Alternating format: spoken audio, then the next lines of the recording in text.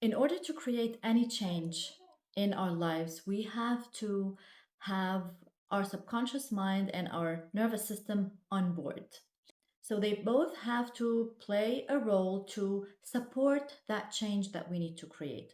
However, change is not comfortable for the nervous system. The nervous system and the subconscious mind are going to resist that process of change. So, how can we have our nervous system and our subconscious mind support this change instead of resisting it and stopping it? We have to start, number one, by being brutally honest with ourselves on how we are playing part in perpetuating the old programming. Let's say I want to build this um, belief that I am lovable, I am worthy, I am a high value woman. I have to start playing the part. I have to take action that reflects that, so that through that action, I am giving to my subconscious mind proof that this is a fact, that I'm lovable, that I'm worthy, that I am enough. When I exited my abusive relationship that left me with PTSD, I started learning about, what this is, what this chaos that I'm living was. And I started learning about emotions and the nervous system and how the trauma plays out in our relationships and within our nervous system. And that was all, good. I needed that knowledge.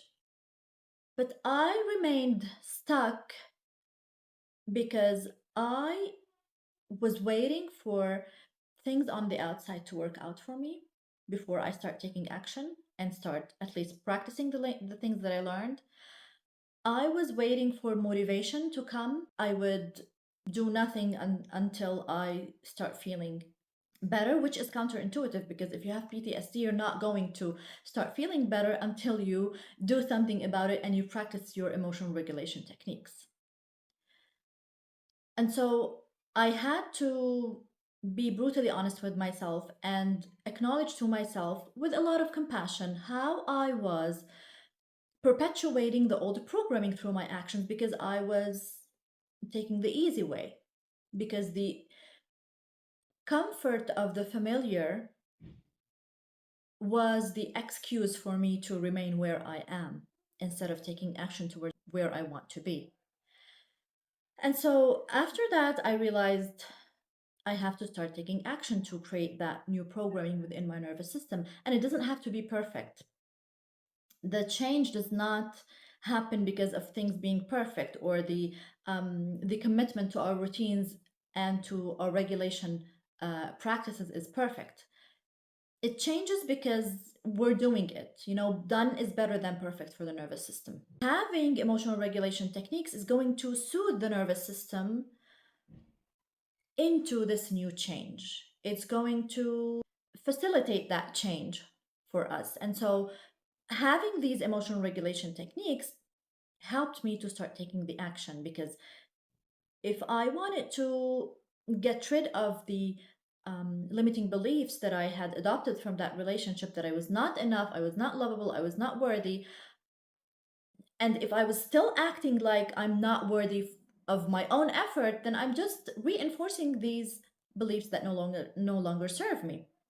So I had to start convincing my subconscious mind that I am worthy by investing my energy and my time and my efforts in myself, in committing to my mental health, in committing to my daily routines, in um, showing up in my relationships like I am worthy of love, in proving to myself that I'm worthy of my own love towards myself by taking good care of myself and not waiting on someone else to do that for me and not waiting for things to be perfect, not waiting for the perfect moment, not waiting to until I feel good about myself to start taking action that does not serve me.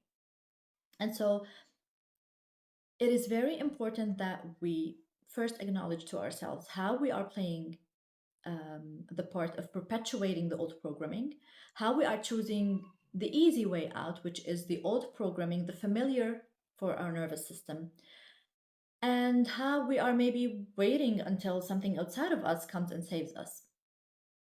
And this process can happen with a lot of compassion, with a lot of understanding towards ourselves. And then we start taking action that proves to our brain, that gives proof to our subconscious mind that we are worthy, that we are lovable, that we are high value women, that we are powerful feminine women, because we already are that within ourselves. It's just that part within ourselves that is traumatized, not the whole of us. Okay, and so we don't want that part to take charge of our lives. We want the healed parts within ourselves to play part, to dominate our actions. And this is how we start embodying the healed part within ourselves. This is how we start familiarizing our nervous system with this new self image that we want to adopt and embody. This is how we start creating the change at a cellular level, at the level of our nervous system, at the level of our subconscious.